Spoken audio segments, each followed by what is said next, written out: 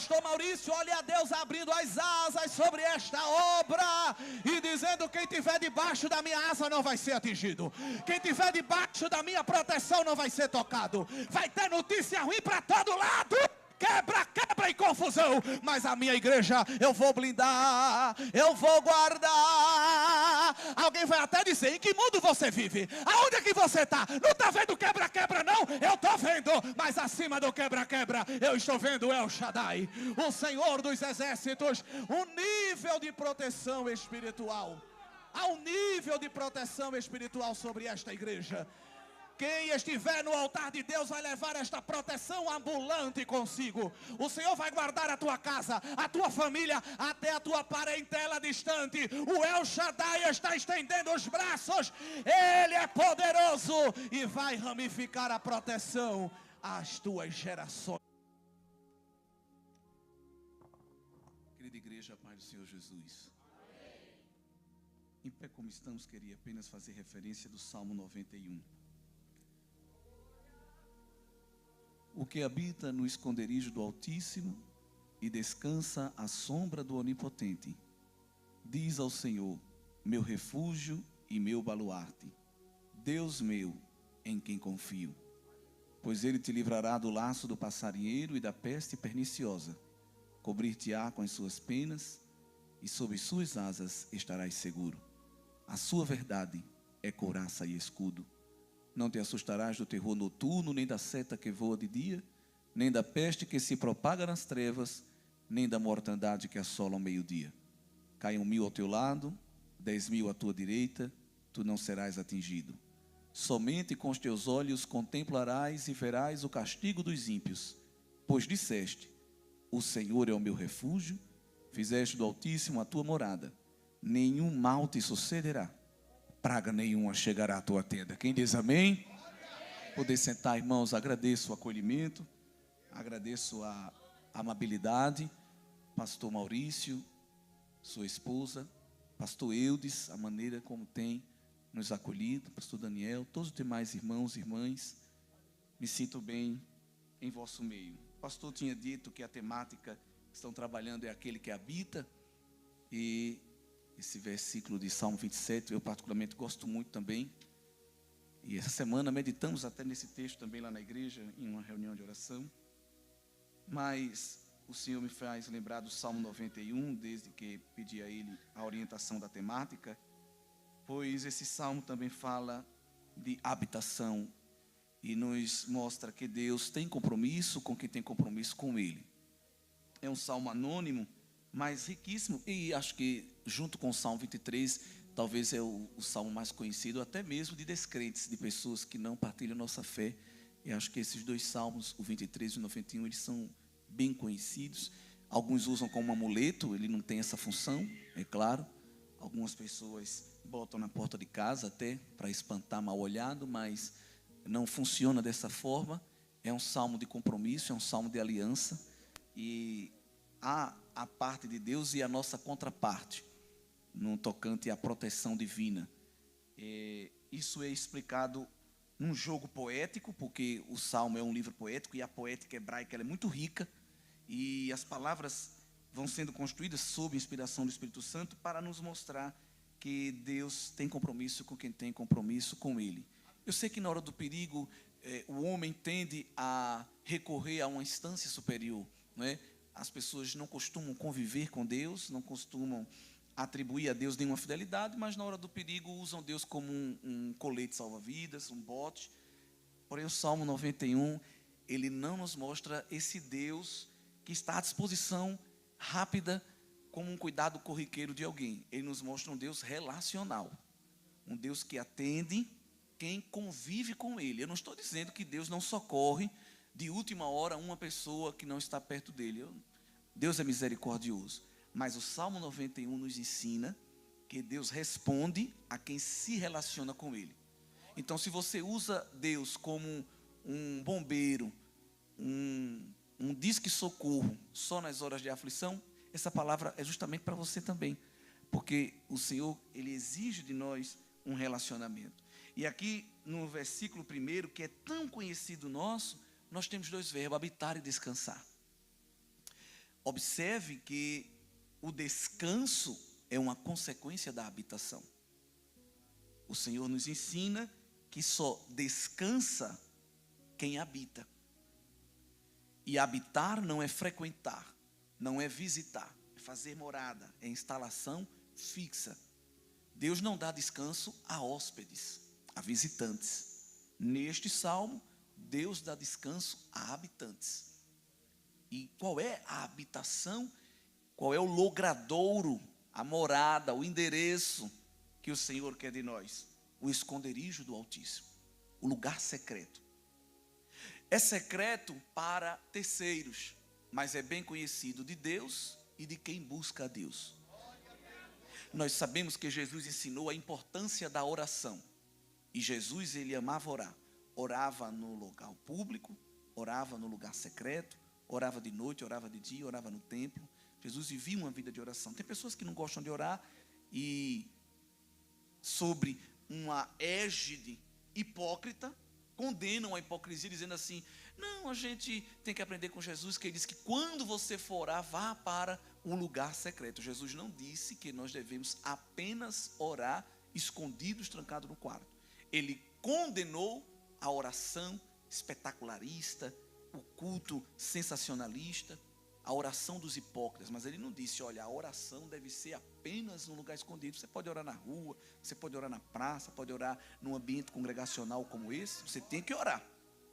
Agora, é importante salientar que a nossa vida com Deus deve haver momentos congregacionais como esse, e deve haver momentos particulares, onde é somente a gente e Deus. Porque tem gente que ora, canta, prega, mas ele sempre precisa de uma motivação externa, ele sempre precisa de uma muleta, ele precisa de um andajá, de um reforço. Ele não consegue fazer isso só. Tem uns que nem num ambiente como esse conseguem. São tão ruins, são tão improdutivos, tão estéreis, que nem nessas condições normais de temperatura e pressão espiritual, com essa motivação, com essa experiência espiritual que Deus nos dá, num santuário, com pessoas no mesmo espírito, tem gente que ainda assim consegue estar num ambiente desse, carnais, terrenos, sem se envolver neste manto de glória. Mas o normal é que a gente se envolva neste ambiente congregacional, é o normal. Mas isso não deve ser apenas o único momento onde nós temos acesso a Deus. É desejo de Deus que todo homem, todo crente, todo salvo, tenha momentos a sós com Deus. E Jesus deu um grande exemplo, porque ninguém tinha uma agenda mais cheia do que Jesus. Não é isso? Tem gente que quer ser mais do que Jesus. Não, olha, eu não posso. Eu trabalho muito, eu estudo. Eu faço balé, eu faço judô, eu faço canoagem, eu sou um homem de negócio, não tenho tempo. E Deus não bota no livro da vida, eu falava ontem, uma nota de rodapé: olha, bote aí que esse meu filho é muito ocupado, não tem tempo para orar. Você quer ser mais do que Jesus, porque Jesus tinha uma agenda intensa e extensa, mas quando terminava as suas cruzadas, ele dizia: me dá licença, que eu preciso orar. Geralmente quando acaba o culto, a gente vai banquetear, a gente vai se confraternizar. Jesus ia orar, porque precisava orar, Jesus. Então, crentes carnais, mesquinhos, que não têm uma vida de oração: não, mas nos anos 70 eu ia muito com a minha avó para o ciclo de oração, eu orei muito naquela época, estou vivendo das reservas. Carro que vive só da reserva, a bomba queima. É preciso de vez em quando chegar no tanque, é preciso encher lá, é preciso desse combustível, não é isso? E é importante salientar que Deus espera que a gente se achegue nele quando não tem ninguém olhando, só Ele.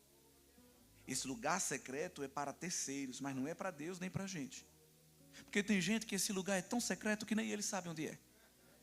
Eu sei que Deus é onisciente, mas eu até brinco dizendo que parece que nem Deus sabe onde é esse lugar secreto. Ah, irmão, eu oro no meu lugar secreto. Qual é esse lugar? Mas aquele que tem lugar fixo na presença de Deus, no esconderijo do Altíssimo. O Salmo 27 diz que ele esconde este homem que busca a presença de Deus no seu pavilhão secreto. E quando Deus esconde alguém, ninguém acha. E quando Deus mostra alguém, ninguém esconde. Glória a Deus. Quando for o tempo de Deus mostrar, de Deus fazer propaganda, de Deus soprar o nome, Ele não precisa de nenhum agente publicitário. Mas quando Deus também quiser te esconder, irmão, ninguém te encontra, nem o teu inimigo, nem o teu amigo. Glória a Deus. Porque às vezes o perigo é o inimigo encontrar a gente. E às vezes o perigo é o amigo.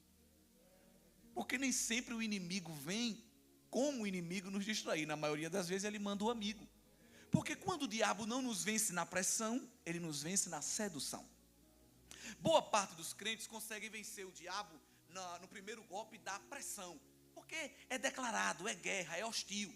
Show, Satanás, está repreendido em nome de Jesus. Sangue de Cristo tem poder. Aí ele vence o diabo, e o diabo diz, esse crente está esperto. Mas eu agora vou com a minha segunda investida, eu vou na sedução. Eu vou nos convites, nos diálogos, nos sorrisos, nos pratos, nos banquetes, nas delícias. E é aí onde muitos crentes caem, infelizmente. É por isso que nós precisamos ter uma vida com Deus, um particular com Deus, porque quando nós habitamos neste lugar secreto, o descanso chega. E esse descanso vem na forma de um refrigério, é a sombra do Onipotente. Não é um descanso inerte, um descanso passivo, um descanso estagnado. É um descanso que é acompanhado de toda sorte de bênçãos, de benesses, de benevolências do Senhor nosso Deus. E a pessoa que tem esta frequência, este lugar fixo na presença de Deus e desfruta do seu refrigério, o verso 2 diz que esta pessoa desfruta deste refrigério porque ela olha para Deus e chama Deus de refúgio, de baluarte e de seu Deus. Observe que só neste versículo nós temos aí vários nomes para Deus. Só no primeiro e no segundo versículo. Deus é chamado de Altíssimo, de Onipotente, de Senhor, Adonai, de Deus meu, Elohim. Quem está escrevendo tem variedade de nomes para chamar Deus. Prova que conhece Deus, se relaciona com Ele. E essa pessoa experimenta a grandeza de Deus, o poder de Deus, o caráter de Deus e o relacionamento de Deus. Porque Deus, Ele é polivalente, é multifacetado. Deus, Ele não pode ser restrito e contido apenas a uma ação. Deus é tudo em todos, opera tanto querer como efetuar. E às vezes nós somos uns tipos de adoradores de uma face apenas de Deus. Conhecemos só uma parte de Deus, uma parte do ser de Deus. Para alguns, Ele é só o Deus da providência, é só o Deus do livramento, é o Deus das conquistas, é o Deus da vitória. Mas é interessante que quanto mais eu me relacionar com esse Deus, eu vou conhecendo as várias faces dele. Esse Deus tão grande que quanto mais eu o conheço, mais ele se revela. O Deus que diz sim, o Deus que diz não. O Deus que leva a gente aos montes e de vez em quando também nos leva aos vales. O Deus que abate, que também é o Deus que exalta. O Deus que sara, mas que também quando quer fere. O Deus que dá vida, mas que também mata. Porque tem gente que diz, não, Deus livre, o diabo mata. Deus sara e o diabo fere. Mas o nosso Deus, que Moisés cantou em 32 de Deuteronômio, é o Deus onipotente. Tem todo o poder de fazer todas as coisas. E ninguém pode fazer escapar das suas mãos. Operando ele, pergunta Isaías, quem impedirá? Nós temos que parar de compartimentalizar Deus, porque nós servimos ao Altíssimo e ao Onipotente, que opera tudo em todos. Jó tinha essa convicção. Quando o diabo pediu permissão a Deus para nocautear Jó, e tudo que ele tinha, Deus disse, pode levar tudo, só não leva ele, que ele é meu. Eu vou te provar que ele é um adorador, eu vou te provar que ele é sincero. E se Jó fosse esses crentes de hoje em dia, que servem apenas a uma face de Deus, quando ele rapou sua cabeça, rasgou suas vestes e se prostrou, ele ia dizer, Deus me deu e o diabo tomou.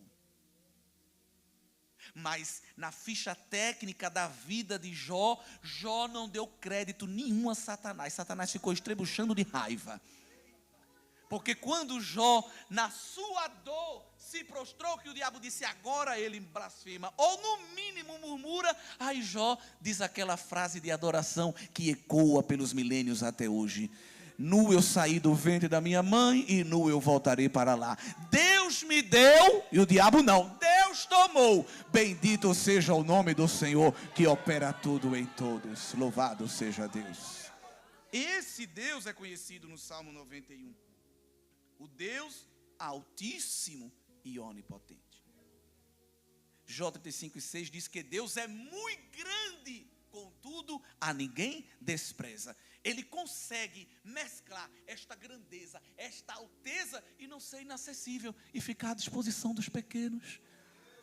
Tem gente que só porque é promovido numa empresa, você precisa passar por 3 antessalas para poder falar com ele.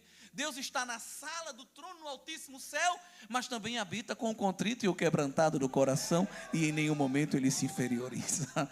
Ele consegue andar no trono de glória e consegue entrar no casebre de taipa e revelar a sua glória para o aflito e o oprimido. Esse Deus está olhando para quem chama ele de refúgio e de baluarte, de Deus. Alguns até dizem que esse salmo parece que tem um toque davídico, embora seja anônimo, e não adianta a gente ficar conjecturando as autorias, mas aqui no versículo 2, parece muito também um jeito que Davi gostava de falar de Deus nos seus salmos. Ele gostava muito de usar o nome possessivo, meu Deus. Por exemplo, no Salmo 18, ele usa 7 vezes esse pronome possessivo, dizendo que Deus era seu libertador, seu refúgio, seu rochedo, é o meu Deus. Parece aquele filho que um pai tem vários filhos e ele fica, meu pai, é aquele outro filho diz, não é só seu não, ele também é meu. Mas o fato de ele ser meu, não inferioriza ele ser seu, porque Deus não é uma pizza que tirando-se uma fatia se subtrai. Ele é meu, se ele é teu também, tu te vira aí, agora ele é meu, é o meu rochedo, é o meu libertador, é o meu lugar forte, é o meu refúgio, é o meu esconderijo, eu tenho relacionamento com ele é meu Deus. Tem muitas pessoas que até creem em Deus, mas é no seu Deus. Irmão, apresente lá ao seu Deus, irmão, ore lá ao seu Deus, e fazem de Deus um pajé, um curandeiro, um entregador de bênção. Ô irmão, eu soube que o seu Deus é poderoso, e vivem com Deus com esse distanciamento. Ele também quer se tornar teu Deus, assim como ele é meu. Eu não sei se ele é teu, mas ele é meu, glória. Ele está disponível, ele é acessível, a porta da graça está aberta, ele está estendendo as mãos, ele está estendendo os braços, ele está inclinando os ouvidos, ele está estendendo o olhar, ele está virando o rosto. Eu estou disponível para ti, para se tornar teu Deus, teu refúgio, teu baluarte, alguém que você pode confiar. Observe que eu estou colocando a minha confiança em Deus, eu estou habitando na presença desse Deus, e agora começam a aparecer as ações de consequência de quem tem esse Deus como refúgio, como baluarte, como confiança. Esse Deus, ele começa a aparecer. Esse Salmo 91 é um salmo muito forte, porque demonstra essa característica de Deus de livramentos, pois ele te livrará. Verso 4, ele te cobrirá. Nós vamos observando ações de um Deus protetor, de um Deus que poderia estar muito ocupado, rodeado de seres angelicais recebendo adoração, mas ainda que receba adoração ininterruptamente, ele consegue estar atento às horas mais difíceis.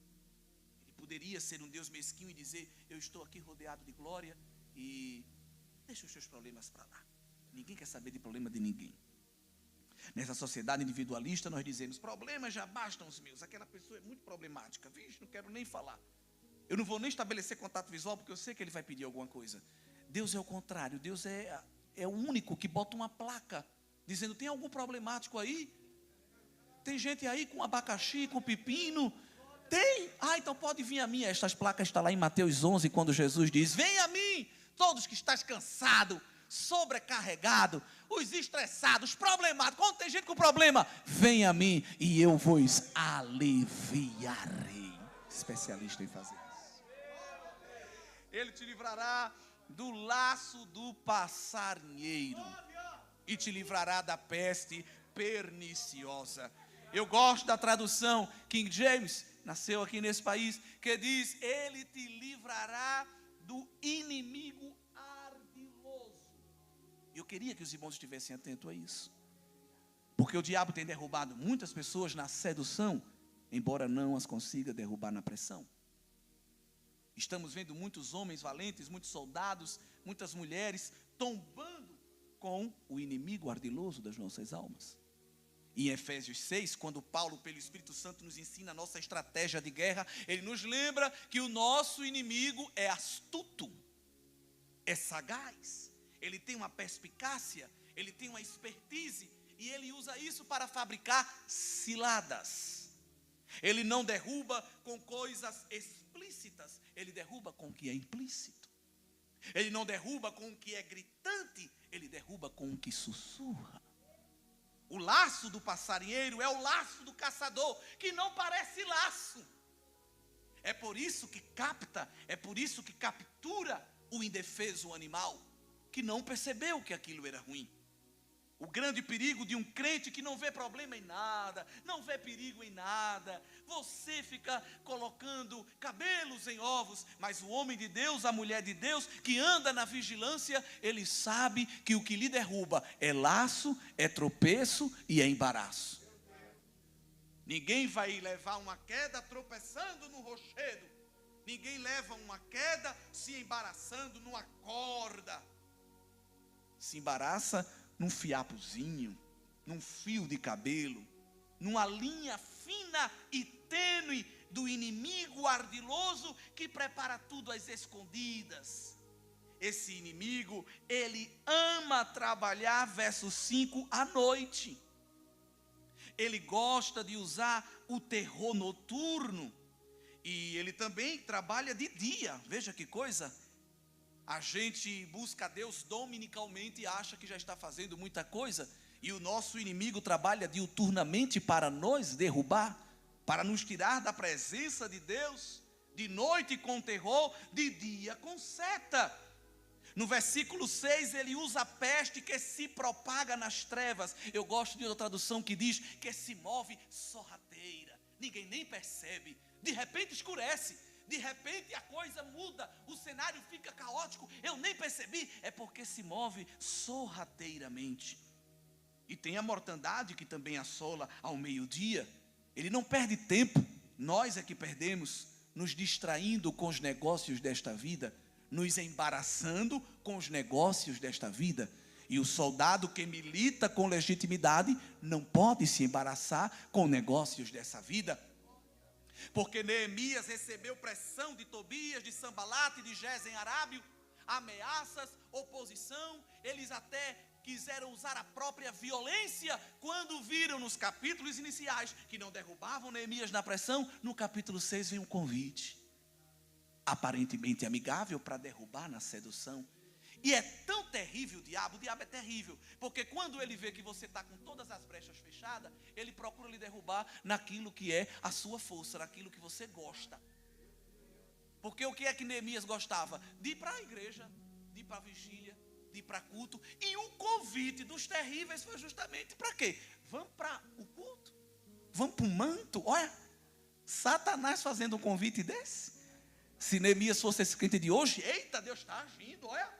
Tobias me convidando para a conferência, Deus está transformando ele. Mas o homem e a mulher de Deus que tem discernimento, ele diz: olha, tu chegou atrasado, Satanás. Eu estou ocupado fazendo uma grande obra, e eu não vou descer, eu não vou sair do meu lugar. Ei, irmão, Deus está blindando o teu coração contra convite do inferno. Vai vir convite no zap, vai vir bater na tua porta, alguém vai vir com tudo preparado e tu vai dizer: show, show, desaparece. A minha alma já está cheia, meu coração está farto do Senhor, aleluia. Olha, o diabo chega naquilo que a gente precisa. Jesus no deserto, o diabo é astuto, porque o diabo, sabendo que Jesus está indo para o deserto, ele disse: eu vou lá. Só que o diabo não tem pressa, quem tem pressa é a gente. O diabo, ele é astuto. Ele deixou para chegar na vida de Jesus na hora que a fome estava mais forte. Ele disse: eu não vou no primeiro dia, nada. No primeiro dia, o começo da vigília, o homem está cuspindo fogo. Eu vou na hora que ele estiver mais vulnerável. Aí quando chegou, ele disse: é, Jesus, Se tu fosse filho de Deus, olha ele mexendo no ego, tu tinha poder para transformar essas pedras. Irmão, o diabo sabe que Jesus é filho de Deus. Ele ouviu aquela profecia de Gênesis 3:15. Ele sabia que Jesus era o filho de Deus. Ele não estava ali querendo uma prova, ele estava querendo era derrubar Jesus. Só que ele chegou atrasado. E Jesus disse: ô cão, tu só entende das coisas da carne. Tu esqueceu que está escrito que nem só de pão vive o homem, mas de toda a palavra. A minha alma está farta, aleluia. Quando o diabo quiser entrar na tua carne, o Senhor vai encher a tua alma, vai encher o teu espírito. Recebe aí, irmão, uma blindagem do céu para a tua alma, para vencer os aperitivos da carne. Assim diz o Senhor. Glória a Deus. O inimigo das nossas almas, ele vem ardilosamente, sorrateiramente, com peste, com laço, com terror, com seta, mas crente que está no esconderijo do Altíssimo, ele não tem medo. Se o que está vindo é sorrateiro, o Senhor está neutralizando.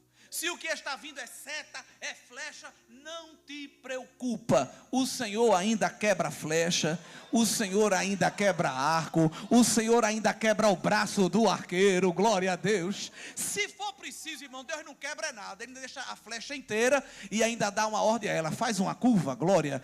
Olha, irmão, porque Deus é grande, eu não sei o que é mais glorioso, é Ele quebrar o arco ou é Ele dizer à flecha, faz a curva, porque o arqueiro ia soltar a flecha e era para ela vir para Josafá. Aí Jeová disse: não, eita rava, choubra, eu mudo até as propriedades da física.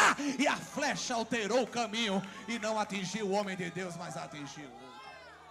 Fica tranquilo, porque seta faz até curva, mas tu não serás atingido. Há uma proteção de Deus sobre a tua casa, diz o Senhor dos Exércitos. Aleluia. Deus cuida, irmão. Se você é uma pessoa matutina, não se preocupe, Deus cuida. Se você é noturno, Deus cuida. Mas pastor, olha, quando dá 6 horas, eu já caio em coma, eu não consigo vigiar de noite. Não te preocupa não, o que te vigia não tira nem cochilo. Ele não precisa que ninguém vá render ele. Deus não dá plantão, Deus não fica esperando alguém render ele não. Ele não dorme, ele não tosqueneja. Ele guarda a entrada, ele guarda a saída. Ele é a tua sombra, a tua direita, para te livrar de todos os males. A sombra à direita. A nossa sombra é indissociável de nós. Quando a gente vai, ela vai. A sombra à direita era quando o sol estava pino, o sol mais causticante. Ela tomava aquela posição. É Deus dizendo: na hora mais difícil, que ninguém quer ir contigo, eu estou lá. Quando alguém diz: deixa eu dar 9 horas, que o sol abaixa, o Senhor diz: meio-dia, eu estou contigo, minha serva. Meia-noite, eu estou contigo, meu servo. Vamos caminhando, levanta a cabeça. Dorme tranquilo em paz, eu vou te dar sono tranquilo. Enquanto tu dorme, eu vou desbaratando as setas de Satanás. Enquanto tu dorme, eu vou afugentando a coruja, a raposa, o escorpião. Olha o leão da tribo de Judá fazendo a ronda na tua casa. Te preocupa não, irmão. A gente não precisa de cacho de alho, a gente não precisa de vidro, de porcelana balançando para atingir mal olhado. A gente precisa de trevo, de pata de coelho. A gente só precisa do sangue do cordeiro no umbral da porta. Tem sangue no umbral da tua casa? Tem sangue do cordeiro lá, você foi resgatado, você agora é propriedade. O anjo da morte quer tocar, mas ele tem que pular, porque na casa ele vê o sangue no umbral. Tem sangue no umbral, tem sangue no umbral, glória a Deus. O Senhor nos guarda. Esta proteção de Deus é tremenda, porque o fato dele nos proteger não significa que nós estamos isentos de perigo. Ele permite que o perigo chegue. Tem hora que Deus vai livrar a gente da armadilha, tem hora que Ele vai livrar na armadilha. Porque o inimigo é sagaz e nós somos simples, somos puros, ou devemos ser. E às vezes ele usa da inocência, da ingenuidade, da ovelha, do passarinho, espiritualmente, para capturá-lo. Aí tem hora que Deus diz: ali não, minha filha, aqui tem uma rede, tem um laço. Mas às vezes na inocência, alguém ainda é capturado. Porque o Salmo que diz: o laço quebrou e nós escapamos, nos mostra que foram capturados. E quando o homem ardiloso viu a presa sendo capturada, disse: consegui. Aí Jeová olhou e disse: mas ela foi capturada na ingenuidade, ele foi capturado na pureza. e eu vou entrar em ação. Fez o laço, foi. Mas eu montei tudinho. Foi uma engenhoca bem feita, tem problema não. O laço quebrou e nós escapamos.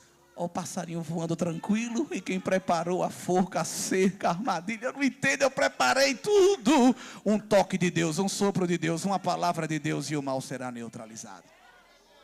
Tem hora que Deus vai livrar da armadilha, tem hora que Deus vai livrar na armadilha, e tem hora que o perigo parece que só aumenta e só cresce, e a gente pode ficar desesperado. Senhor, mas tu disseste que era livramento, porque a gente ama dar o Salmo 91:7 para aniversário, deixar esse versículo para meditação, para as pessoas, mas esse versículo é um versículo assustador. Eu sei que tem irmãos que se alegram quando recebem, mas se Deus for colocar em prática, corre, porque é assustador. Uma pessoa aniversariar e você dizer para ela, irmão, Salmo 91:7, 1000 cairão ao teu lado. Aí você diz, meu Deus, 1000 cairão. Na poética hebraica, esse cair aqui é morrer. É um cenário de alguém que está em guerra e 1000 pessoas tombam ao seu lado. E quando você olha para aquele cenário, só gente morrendo ao seu lado, o que era ruim pode piorar. No outro lado agora caem 10.000, o estrago é maior. Eu quero saber qual é o crente que fica em pé vendo isso. Eu quero saber qual é o crente que na hora que recebeu o versículo, eita Deus, é confirmação, eu creio, minha irmã, eu recebo. Mas quando eu vejo 1000 caindo, 10.000 tombando, Senhor, onde estás? Aí vem a parte gloriosa do versículo. Tu não serás atingido. Deus, está um quebra-quebra, está uma confusão, estão tombando para todo lado. O meu compromisso é contigo. Tu não serás atingido. E profeticamente eu digo que Deus está levando alguém para um cenário de guerra muito forte. Deus está colocando alguém num moinho assim, olha, num olho do furacão, e alguém dizendo, Deus, está tudo girando, mas olha para o centro do furacão, tu está estável. Eita, glória, é mistério. No centro do furacão é onde tem mais estabilidade. Eita, e o inimigo diz, qual é a hora? Qual é a hora que o vento traga ela? Nenhum, porque o Senhor está lá no centro dizendo, tu não serás atingido. Há uma proteção espiritual de Deus sobrenatural sobre a igreja. Deus está dizendo para esta obra, ainda incipiente, mas aos olhos dele já grandiosa, há um nível de cobertura espiritual sobre esta igreja. Porque o avanço dos principados e potestades para neutralizar a marcha da minha igreja é muito grande. Os embates, os combates e os bombardeios. Mas há uma asa de Deus estendida. Aleluia. Pastor Maurício, olhe a Deus abrindo as asas sobre esta obra e dizendo, quem estiver debaixo da minha asa não vai ser atingido. Quem estiver debaixo da minha proteção não vai ser tocado. Vai ter notícia ruim para todo lado. Quebra e confusão. Mas a minha igreja eu vou blindar, eu vou guardar. Alguém vai até dizer, em que mundo você vive? Aonde é que você está? Não está vendo quebra não? Eu estou vendo, mas acima do quebra eu estou vendo El Shaddai, o Senhor dos exércitos. Um nível de proteção espiritual. Há um nível de proteção espiritual sobre esta igreja. Quem estiver no altar de Deus vai levar esta proteção ambulante consigo. O Senhor vai guardar a tua casa, a tua família, até a tua parentela distante. O El Shaddai está estendendo os braços. Ele é poderoso e vai ramificar a proteção às tuas gerações, aos teus descendentes, aos teus negócios, por causa da tua fidelidade. Agora, se você é um mero frequentador de culto, não levante a mão para receber. Isso não é para você. Isso é para quem tem relacionamento. Isso é para quem tem aliança. Só quem vem na festa recebe aí a comida. Mas quem está habitando no lugar secreto, era sobre a forga.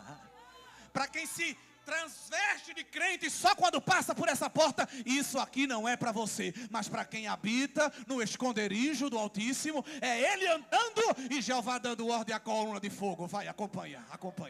Eita glória. dando ordem à coluna de nuvem, acompanha a minha serva, refrigera o caminho para ela, vai, aquece o caminho para ele. Eita, que alguém colocou tu para andar de noite, agora ela se estabana toda. Aí Jeová diz: não, eu não sou Deus sazonal não, eu sou Deus 24 horas. Olha eu marchando na tua dianteira, de dia e de noite e de dia. Aleluia, aleluia. Grande vai ser o combate, mas tu não serás atingido. Eu não sei se você está preparado para receber esta palavra. Porque quando Deus diz: eu vou soprar um vento, a gente dá glória, se arrepia, fala em língua. Quando o vento começa a soprar: Deus, o que é isso, misericórdia? Você não deu glória quando eu falei? Você não levantou a mão, disse que era confirmação? Quando eu começo a soprar o vento, você já se desespera. Estamos aqui sendo forjados nesta noite para uma guerra. Estamos sendo forjados pelo capitão da nossa salvação. E ele está dizendo: vocês vão ver muita coisa, mas não deixe de olhar para mim, autor e consumador da fé. Grande é o quebra-quebra na terra, mas vai olhando para o capitão. O capitão está marchando. Eita, tu viu? Não vi não, eu estou olhando para o capitão. Ora, tu soube não. Eu sei do meu capitão, eu estou olhando para ele, autor e consumador da fé.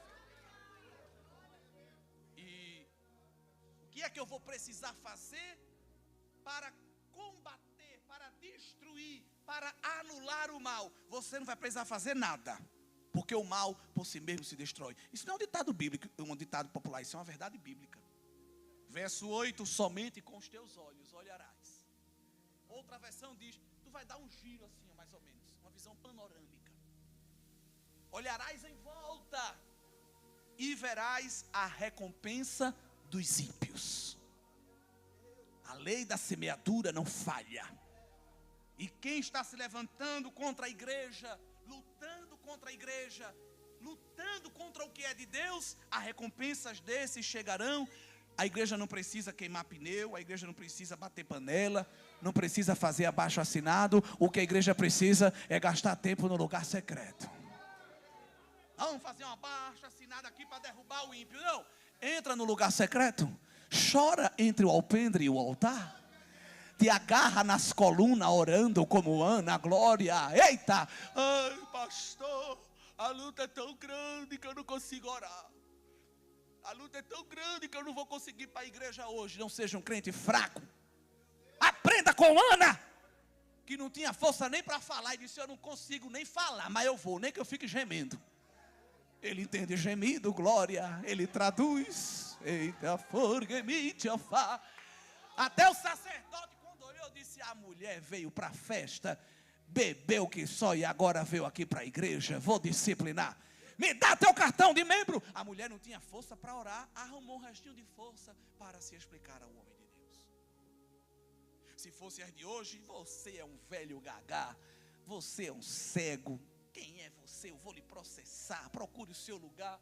Mas ela disse: não, meu Senhor, o problema não é cachaça, não, o problema é prova. Eu estou embriagado, é de luta. O senhor já viu um crente bêbado de luta? Pronto, sou eu. Eu estou aqui tonta de tanta luta, mas eu estou dando o que me restou, alma.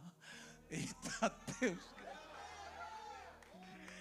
Ei, eu estou derramando a alma perante o Senhor. Eita, como Deus gosta quando a gente derrama a alma. Alma é os desejos, é as vontades, é os sentimentos. Eu estou dando só o que restou. Eu só estou com a minha alma. Por isso que Jesus disse: de que adianta o homem ganhar o mundo inteiro e perder a alma? Porque tem hora que vai faltar o dinheiro, tem hora que vai faltar a voz, tem hora que vai faltar força física, mas a alma vai estar lá. Jesus, eita glória. A alma está lá. Irmão, quem tem alma tem tudo. Tinha dias na vida de Davi que o corpo dele ficava para baixo. O pastor falou dessa luta da alma, do espírito, da carne. Tinha dia que o corpo de Davi só queria cama, não queria saber de santuário, de adoração, mas lá dentro estava a alma animada. Eita glória. Por isso que quando Davi estava abatido, ele não conversava com o corpo. Essa é a geração que cuida do corpo. Está triste, é barra de chocolate, é isso, é aquilo, é academia, é yoga, é não sei o que. Corpo, mas a alma morta. Davi não dizia: bora corpo, te anima, vamos lá, aeróbica, ginástica, não. Davi conversava com a alma. Ei alma, Porque estás triste. Ei, alma, porque estás nervosa. Te alegra, alma, espera em Deus, alma. No final a gente ainda vai cantar. Aí a alma se animava. E quando a alma se anima, o corpo tem que acompanhar. Aí o corpo lá todo molenga. Hoje eu não estou para nada. Mas lá dentro a alma saltitando. Bora, corpo, tu tá assim, bora, te levanta. Vamos pro santuário, bora, pega o saltério, pega a harpa, vamos louvar. Quando o teu corpo quiser cair, olha Jeová abraçando a tua alma e dizendo: recebe refrigério. Olha, irmão, abre a tua mão aí e recebe um refrigério de Deus na tua alma. Eita glória. Anda, choremitria, forga. Nesses países onde vivemos, neste continente, onde há uma frieza espiritual tão grande, mas o Senhor visita a tua alma e diz: ei alma, recebe a minha alegria, recebe o meu vigor, recebe o meu ânimo, alma. Olha Deus tocando na tua alma e fazendo ela fervorosa, aleluia. E o Senhor está visitando também o teu corpo e repreendendo toda a enfermidade, repreendendo toda seta que quis te abater, repreendendo toda palavra de maldição, toda feitiçaria, todo encantamento que quis te derrubar. E está dizendo a alma, o espírito e o corpo: te levanta. Te levanta para marchar, te levanta para cantar, para profetizar e fazer a minha vontade na terra. Assim diz o Senhor. Somente com teus olhos olharás, mas procurar o ímpio não vais achar. Cadê o mal que estava aqui? O sangue de Jesus anulou. Cadê o mal que estava aqui? O rugido do leão de Judá expulsou. Cadê o mal que estava aqui? O fogo de Deus queimou, aleluia. E interessante que no verso 9, Deus está falando para o adorador, porque esse salmo, ora é o adorador falando com Deus, e ora é Deus falando com o adorador. E no verso 9 Deus está dizendo assim: porque disseste, o Senhor é o meu refúgio, e fizeste do Altíssimo a tua morada, nenhum mal te sucederá, e praga nenhuma chegará à tua tenda. Lembrem-se, vocês sabem, não estou ensinando, só estou lembrando, que na nossa vida o espiritual precede o material. Não é o material que dá ordem ao espiritual, é o espiritual que comanda o material. O grande problema é que nós, nessa geração carnal materialista, empreendemos esforços no material. É cerca elétrica, é alarme, é vigilância eletrônica. A gente investe travesseiro, pena de ganso, colchão com mola, edredom com fio não sei de quê, luz disso, vaporizador. Eu vi que se botar não sei o que de macadâmia, você respira melhor. E investe só no material, no material, no material. Eita Deus. Aí vira para um lado, não dorme, vira para o outro, não dorme. Aí leu não sei onde que se botar uma luz no comprimento de onda tal, e mexe com a melatonina e não sei o que, só no material. O Senhor disse que é Ele quem nos faz deitar em paz e repousar em segurança. É Ele. A maioria das pessoas, escuta que Deus está falando com alguém aqui, está investindo na tenda, quando deveria primeiro investir na morada. E eu acho lindo a poética hebraica, porque está inspirada pelo Espírito Santo. As palavras aqui não são usadas de maneira aleatória. Morada fala de algo fixo, tenda fala de algo transitório. E tem tanta gente investindo na tenda, na cabana. Ah, mas a minha é de tijolo, de alvenaria. Se o senhor for lá, vai ficar até com inveja. Eu não, irmão, eu não. Eu quero é a morada. A morada. Fizeste do Altíssimo a tua morada, fizeste do Altíssimo a tua habitação. Aí o Altíssimo está dizendo: porque deste primazia ao espiritual, olha eu cuidando do material. Não é cerca elétrica não, é o sangue do Cordeiro. Não é Rottweiler não, é o leão da tribo de Judá. Não é muro com cerca eletrônica, é muralhas de fogo ao redor da tua casa. Porque tem crente que não crê mais nisso não, mas Jesus ainda bota muro de fogo na casa de crente. Quando Israel perdeu o material, Deus disse: Zacarias, Israel está tão acabada que não tem nem muro. E cidade sem muro, irmão, era cidade vulnerável. Não tinha nada. Deus disse: nem muro esse povo tem. Mas diz para esse povo que alguém despreza, que eles são a menina dos meus olhos. Linguagem poética para falar da pupila. E Deus que criou, Ele sabe usar a analogia certa. É impossível até você mesmo tocar na sua própria pupila. Que Ele botou um nervo aqui, com um sistema involuntário, que com qualquer agente externo se aproximar, não é você que está fechando o olho, não. Você está voluntariamente tentando tocar. Mas não é você que está fechando o olho, é involuntário. Eita Deus. Se nem tu mesmo consegue tocar, eita glória. Quanto mais o teu inimigo. Zacarias diz para o meu povo que eles são, olha, a menina, olha o inimigo, eita, eu vou, hoje eu pego. E Jeová diz: vai não, porque antes que eles pensem, eu bloqueio o mal, eu protejo, eu guardo. Ei, Zacarias, diz para Israel que eles não têm muro de alvenaria não, mas eles não estão desabrigados não. Eu, Deus, sou muralha de fogo. Eu sou muralha de fogo. Ao redor dele tem labareda de fogo na tua casa. Tem labareda de fogo na tua família. Abre a tua mão e recebe aí fogo de Deus.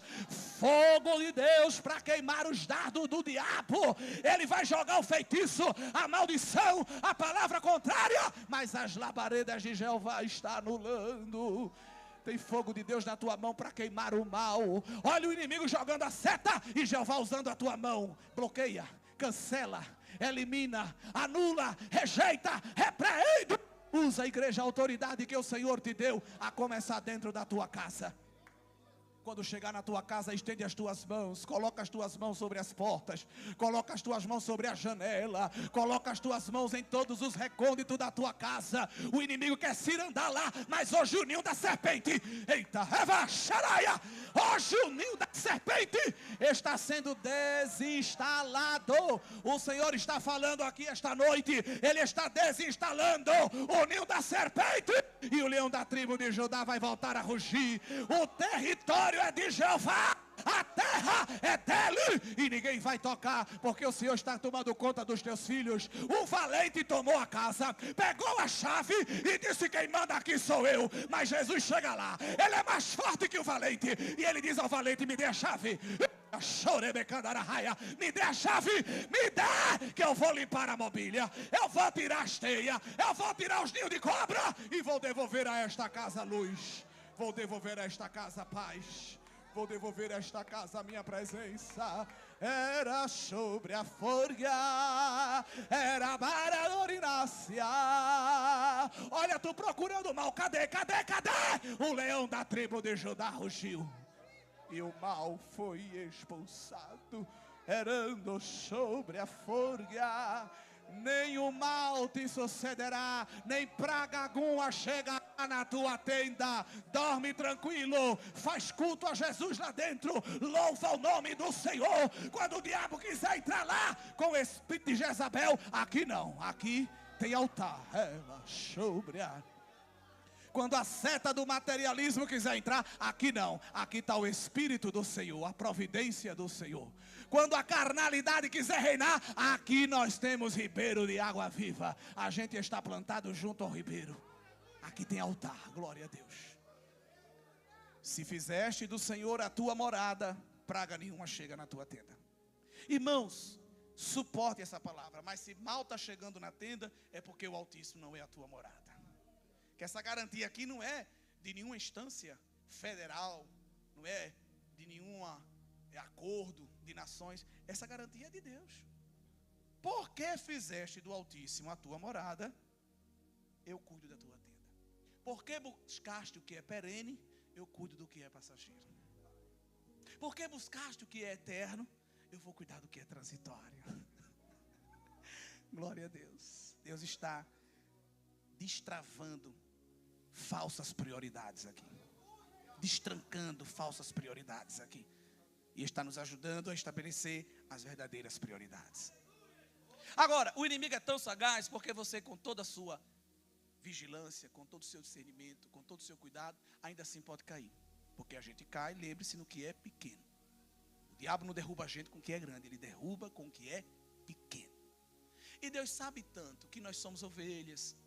E por vezes, na nossa pureza, na nossa ingenuidade, podemos tropeçar em alguma pedra. Ele disse, eu vou dar reforço. E aí o Salmo 91 e o verso 11 diz, eu vou dar anjo. Eu vou dar ordem aos anjos. Mas para que Deus dá ordem aos anjos? Eu amo esse versículo. Pois aos seus anjos dará ordem ao teu respeito, para que te guardem todos os teus caminhos. Porque a gente está lá andando. A gente está andando animado. Eita, glória a Deus. É fogo, é manto, é glória. E está lá a pedrinha. E aí a gente fica tão animado com fogo, com manto, com a glória, e esquece de ver o caminho. Mas o Senhor diz a gente que Ele dá ordem aos anjos, para que eles nos guardem. Eles te sustentarão em suas mãos, diz o verso de número 12, para não tropeçares com teu pé em nenhuma pedra. Então, para quem está na presença de Deus com fidelidade, tem reforço de segurança até para o que é pequeno. Deus está guardando a gente nesse salmo de coisa grande, de coisa perigosa, de coisa visível, de coisa invisível, de coisa pequena. Ele guarda de tudo. Então o crente fiel está lá andando, olha. Ele está lá andando animado. Quando tem uma pedrinha para querer derrubá-lo, tem lá anjo do lado. Oi, segura aqui. Olha que foi isso? Não, foi uma pedrinha, rapaz. Botaram um negócio no caminho para te derrubar. Mas Jeová deu ordem. A gente está aqui para segurar na tua mão. Tu crê nisso, irmão? Glória a Deus. Tem um farol de Deus aceso para a gente não tropeçar. Salmo 119, 105. Lâmpada para os meus pés é a tua palavra e luz para o meu caminho. Quem tem a palavra de Deus sabe onde está e sabe para onde vai. Crente que não tem Bíblia, o caminho dele é escurecido, ele vive tropeçando, vive caindo, todo buraco derruba ele. Toda semana você encontra, cadê você, irmão? Grande foi a queda. Irmão, cadê você? Você não sabe, eu escorreguei. Irmão, e na outra semana, olha, grande foi a pisada, aí eu tropecei de novo. Misericórdia, terra. É porque ele não tem farol. Ele tem signo, tem yoga, tem cotação do dólar, tem notícia de jornal, tem escalação do time de futebol. Ele sabe de tudo, mas não sabe da palavra. Crente apagado, vive em trevas. Mas aquele crente que tem a palavra, olha o farol e olha a lanterna acesa. Glória a Deus. Jeová está mostrando a ele, vá andando, minha filha, vá andando, que não tem problema não. Aí o farol de milha de Jeová também acende e mostra o caminho. E por ali, Deus, já pode ir, está livre o caminho. E ali não, olha, vai desviando. E o diabo disse, agora eu derrubo ela. Jeová diz, derruba não, porque eu estou mostrando lá na frente. Tem visão de longo alcance para quem está na presença de Deus. Não é que a gente é vidente nem espiritualista, mas a gente tem a palavra. E quem tem a palavra, Jeová acende o farol e mostra lá na frente. Vai por ali não, minha filha. E Deus vai quebrar o queixo de Satanás, porque vai alterar a tua rota. E a armadilha está preparada no caminho que é o óbvio tu passar. Mas a lâmpada que acendeu os teus pés, disse, agora eu tenho uma nova rota para você. Olha Deus te escondendo da armadilha. E alguém diz, ela não passou aqui ainda, porque bem está parada. E Jeová diz, está nada. Ela pegou, foi outra via que eu dei. Ele pegou, foi outra estrada. Vereda plana. Deus está planando os teus caminhos, para que não tropeces com teu pé em alguma pedra. Está descendo sobre nós a autoridade, verso 13. Com essa autoridade nós pisamos esses animais, leão, cobra, serpente, que representam espiritualmente grandes inimigos. O inimigo é perigoso. O inimigo é sagaz. A violência espiritual é real. Mas o verso 13 diz, nós vamos pisar. Não se atemorize com o tamanho da guerra, com o tamanho da afronta, com a careta do inimigo, porque no fim ele vai ficar debaixo dos nossos pés. Pisar o leão, a áspide e a serpente, numa poética hebraica, fala de ter autoridade sobre eles. Observe que ele não diz esmagar, porque quem vai esmagar é só Jesus. Jesus é que esmaga. Se alguém disse que esmagou aí, me diga como você fez, para eu aprender, que eu quero saber também. A gente não esmaga, mas a gente pisa. Os reis, quando venciam guerra, geralmente como um ato, eles de humilhação colocavam os pés sobre a cabeça dos que perdiam a guerra, como sinal de autoridade sobre ele. Então quando o inimigo vem com toda essa fúria, com toda esta guerra, Com todo este perigo, o Senhor diz, não se preocupe, porque no fim, ele vai estar sempre debaixo dos pés de quem habita no esconderijo do Altíssimo. Nós precisamos nos apropriar desta autoridade espiritual que Jesus nos dá. A gente tem que parar de terceirizar esta autoridade que o Senhor Jesus nos deu. Ele nos deu os pastores, sacerdotes, intercessores, mas a cada crente Ele deu essa autoridade sobre o inimigo das nossas almas. Nós, às vezes, criticamos tantas religiões, mas nós temos os nossos curandeiros. Nós temos os nossos ídolos, os nossos profetas de estimação. Ah, a menina está enferma. Liga para a irmã Zezinha que a oração dela é forte. Se ela orar, a menina é curada. Ah, então você não habita no esconderijo do Altíssimo. Porque se você habita, tem descanso para você. Ele não está dizendo aqui, se você for fiel, chame o seu pastor, que ele vai pisar a serpente para você. Não, tu pisarás. Essa palavra, ela é uma palavra doutrinária, mas também é uma palavra profética. Eu digo doutrinária porque Deus está nos ensinando, mas ela é uma palavra profética. É tempo de nós subjugarmos o inimigo das nossas almas. E não é com corredor de sal, com sabonete de descarrego, nem com chacoalhada de galho de arruda com água benta. A gente vai subjugar ele no poderoso nome de Jesus. Tem poder de Deus para subjugar principados e potestades naquele território onde tu estás. Tem coisa que tu não vai precisar nem abrir tua boca. Quando tu pisar o teu pé, Satanás, ele vai recuar, porque ele sabe que sobre ti há princípio de autoridade espiritual. Glória a Deus. Pastor Daniel, Deus está te revestindo de uma autoridade espiritual sobreexcelente. Aleluia, glória. Eita, glória, na sola do teu pé, homem, reva sobre a terra. Na sola do teu pé tem labareda de fogo viva. E Jeová está dizendo, volte para lá e pise na terra, porque no pisar da tua terra, eu vou neutralizar. Eu vou neutralizar, usando os teus pés, as armadilhas asquerosas do diabo, porque eu dei autoridade à minha igreja. Eu dei autoridade à minha igreja para declarar abertura de cárcere. Isaías 61 está ainda em efeito na vida da igreja. O Espírito do Senhor nos ungiu para declarar abertura de cárcere. O verdadeiro alvará de soltura não está na mão do advogado, está na mão da igreja. A igreja chega e diz, eu vim trazer libertação. Sai das drogas, sai da prostituição, sai do ateísmo, sai do feitiço, sai da incredulidade. Recebe aí alvará de soltura. Cadeias estão sendo quebradas, o inimigo está sendo subjugado. Assim diz o Senhor Jeová.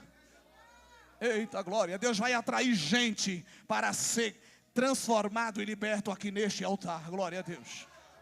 Glória ao nome de Jesus. E a ferramenta que Deus vai usar é a tua mão, por isso Ele está colocando fogo nela. Glória a Deus. Deus vai usar a tua mão para curar câncer, terra, reva, sóbria. Ele vai usar a tua mão para curar doença neurodegenerativa. E não vai precisar dar 7 glória, não vai precisar dar 7 volta, só precisar colocar a mão e dizer, em nome de Jesus, seja curado agora.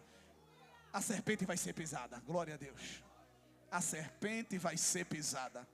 Deus está levantando essa igreja para subjugar o leão, a cobra e a serpente. Glória a Deus. Porque, irmãos, a gente pensa que pastorear a igreja, abrir uma igreja, é um evento cultural, é um evento político, é uma agremiação, é um evento social. Isso é um evento espiritual, igreja séria. Porque se aqui fosse uma igreja que não tem compromisso com Deus, eu nem tinha aqui vindo. Há um espírito que testifica um com o outro. E quando há uma igreja que quer ser uma igreja verdadeira, que quer romper em fé, quer se mover no sobrenatural, quer arvorar a bandeira do evangelho, Jesus dá a ela a autoridade para subjugar a serpente. E essa autoridade ela vai ser usada sem fazer muito esforço, viu? Glória a Deus. Porque o diabo ele gosta de ficar brincando de ioiô, mas Jeová vai quebrar a corda do ioiô e vai dizer, não, vai ficar agora só na minha mão, e quem está na minha mão, o inimigo não arrebata, disse Jesus. Glória a Deus. Porque a mim se apegou, com amor eu o livrarei, pô-lo-ei salvo, porque conhece o meu nome. Se tem algum frequentador de culto aqui, muito obrigado pela sua presença, Deus lhe abençoe. Mas eu não estou pregando essas bênçãos para você. Essa bênção é para quem tem relacionamento. Porque o versículo 14 diz, eu vou livrá-lo e vou colocá-lo em posição de salvo. Comigo ele está a salvo. Eita, eu recebo. Calma. Isso é para quem se apegou a Deus com amor. Há uma tradução que diz: porque me amou tão encarecidamente. Porque me viu como um único meio de satisfazer a necessidade da sua alma. Porque colocou todo o seu sentimento em mim, eu vou livrá-lo. Ele não está falando assim, porque disse, sangue de Cristo tem poder, porque disse, show Satanás, está amarrado, eu vou livrá-lo. Não, porque me amou com todo amor, eu estou descendo para livrá-lo. Porque conhece o meu nome, lhe darei estabilidade e segurança. Conhecer, os irmãos sabem, tanto no hebraico como no grego, esse verbo aparece muito na literatura bíblica. E conhecer aqui não é uma mera experiência intelectual, cognitiva. A palavra conhecer, no hebraico, a maioria das ocorrências dela, quando Deus fala me conhecer, é relacionamento, é um conhecimento experiencial. Esse silêncio introspectivo agora é maravilhoso. Quem de nós verdadeiramente conhece a Deus? Não vamos pensar no outro. Eita, aquela irmã era para ter vindo hoje, que essa palavra toda para ela. Não, Deus está falando comigo, consigo. Qual o nosso nível de conhecimento de Deus aqui? Quem tem um nível elevadíssimo de conhecimento de Deus, tem um nível elevadíssimo de proteção. Isso não é opinião minha, isso é Bíblia. Pastor, olha, eu sou frequentador de culto. Se tiver algum perigo, eu posso chamar Deus? Claro, chame. Tem que chamar por Ele mesmo. E Ele é misericordioso, Ele livra. Mas níveis elevados de segurança, Ele dá para quem se relaciona com Ele. Tinha um profeta que o único problema dele era ser crente. Ele tinha muita comunhão com Deus. Esse era o problema dele. E tudo Deus revelava a ele. Um certo rei, idólatra, pagão, toda vez que montava uma estratégia de guerra, Deus ia e mostrava lá o profeta, sem telefone grampeado, sem câmera escondida. Deus revelava ao profeta: olha, o rei está pensando de ir por ali. Aí o profeta avisava ao rei de Israel: olha, não vai por aqui não, porque Deus quer dar livramento. Todas as vezes que aquele rei destacava o seu exército para uma investida, ele era frustrado. Aí ele se irritou e disse: tem algum X9 aqui. Aqui tem alguém que está levando. Naquele tempo não tinha telefone grampeado, essas coisas, câmera escondida. Tem alguém aqui, um espião, que está levando as coisas para lá. Mas você não precisa nem estar num lugar para se defender, porque Deus sempre levanta alguém para dar testemunho. Lá no meio dos ímpios, alguém disse: não, meu Senhor, não é espião não. Aleluia. Não é espião não, é profeta. Tem o nome de um homem chamado Eliseu, que até o que o rei confessa na sua recâmara, no seu quarto de dormir, onde ninguém entra, o Deus dele entra e conta tudinho a ele. O nome dele é Eliseu. E aonde é que esse homem está? Está em Dotã. Então vamos capturá-lo. Segundo o livro dos Reis, capítulo 6, diz que aquele rei quase desquartelou o seu exército inteiro. Enviou um grande destacamento militar para capturar um homem, um profeta, cujo único pecado dele era ser crente. Quando foi na calada da noite, olha o terror noturno, olha a peste que se move sorrateira, olha o perigo que vem na calada da noite. O exército cercou Dotã e o profeta estava lá, tranquilo. Porque tu, Senhor, me fazes repousar em segurança. Em paz me deitarei e dormirei. Quando acordou o moço do profeta, que era crente, mas não era muito crente, era meio crente. Quem é meio crente, qualquer seta de pânico, qualquer seta de ansiedade, qualquer seta de depressão entra na cabeça. Quando o moço abriu a janela, que viu aquelas carruagens, aqueles soldados, aquele destacamento militar, a seta do pânico quis tomar conta dele. Ai, meu Senhor, o Senhor não sabe, estamos cercados. Ó, o crente desesperado que não conhece o nome do Senhor, que não se relaciona com Deus com intimidade. que não tem um nível de intimidade elevado com Deus. Mas quem tem nível de intimidade com Deus alta, não se dá o trabalho nem de se levantar da cadeira para ir olhar a janela. Porque eu acho tão tremendo que Eliseu não se deu nem o trabalho de dizer, e foi? Cadê? Ai meu Deus, não. Sentado como estava, disse, ô menino, ainda sobre a forga minaia. Ô menino, deixa eu fazer uma oração por tu. E a oração dele, ele podia cuspir fogo, ele podia cortar laço, podia se entronchar todinho, mas ele só fez uma oração curta. Senhor, eu te peço, anda xarabaraia, abre os olhos do moço. Eita profeta, agora tu não sabe, eu estou vendo outro exército, e esse outro exército é maior e é melhor, tem muito e é tudo de fogo, é carro de fogo, cavalo de fogo, espada de fogo, soldado de fogo. Maior é o que está conosco do que o que está com ele. Quando há níveis de comunhão elevadas, há níveis de proteção elevados. Tu não vai precisar nem levantar e olhar na janela o perigo, porque Deus já está te mostrando o exército celestial se movendo ao teu favor. Aleluia. Ele me invocará e eu lhe responderei. Na sua angústia estarei com ele, livrá-lo-ei e o glorificarei. Eu amo esse versículo. Esse versículo mostra que é preciso invocá-lo, é preciso ir a Ele, é preciso buscá-lo, mas nós não vamos ficar apenas com o eco da nossa voz. Ele me invocará, Deus diz, e eu lhe responderei. Ele me ama, Ele conhece o meu nome, mas isso não lhe livra de angústia. Versículo 15. No mundo tereis aflições, mas tende bom ânimo. Jesus venceu o mundo. O fato de eu ter essa comunhão elevada com Ele não me livra de sofrimento, mas no sofrimento o Senhor diz, eu estarei com Ele. Presença, relacionamento. Quando eu destaco mais a gravidade da prova do que a presença de Deus, é porque eu não experimento deste relacionamento.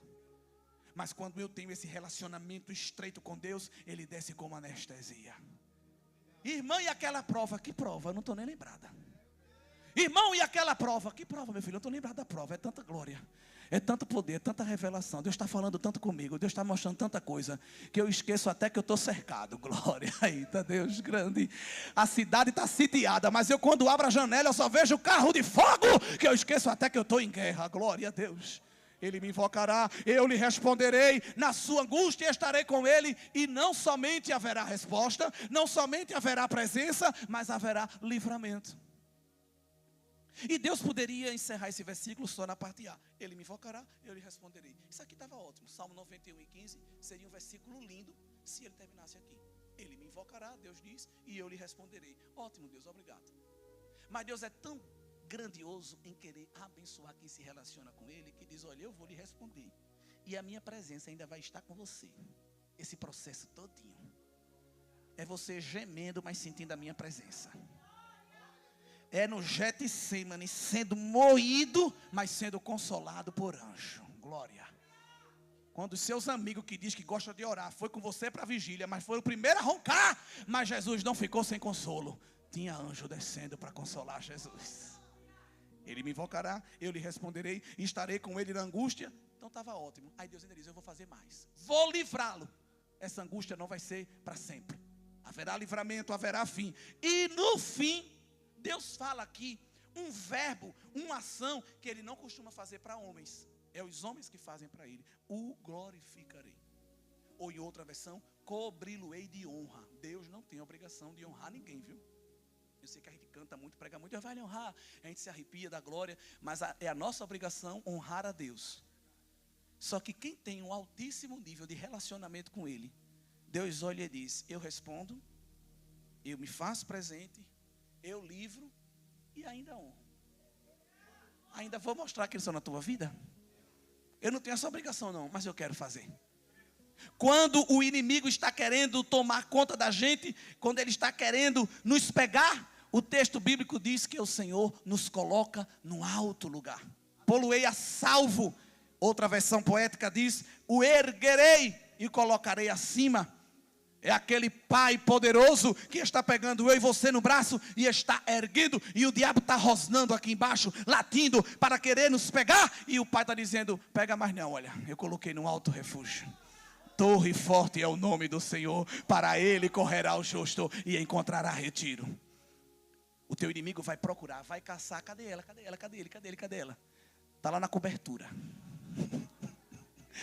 Tu crê que o guindaste de Deus de livramento está te tornando invisível lá na cobertura da presença de Jeová? Eita, lá no castelo do esconderijo do Altíssimo, glória a Deus. Que o teu inimigo vai procurar, vai caçar, vai fazer as armadilhas. Faz tempo que eu não vejo ela, está tão desaparecida, ele está tão desaparecido, deve estar em alguma caverna. Está nada, está lá indo para a conferência, foi na quinta, foi na sexta, foi no sábado, passa todo dia, é porque ele está se movendo na cobertura de Jeová, glória.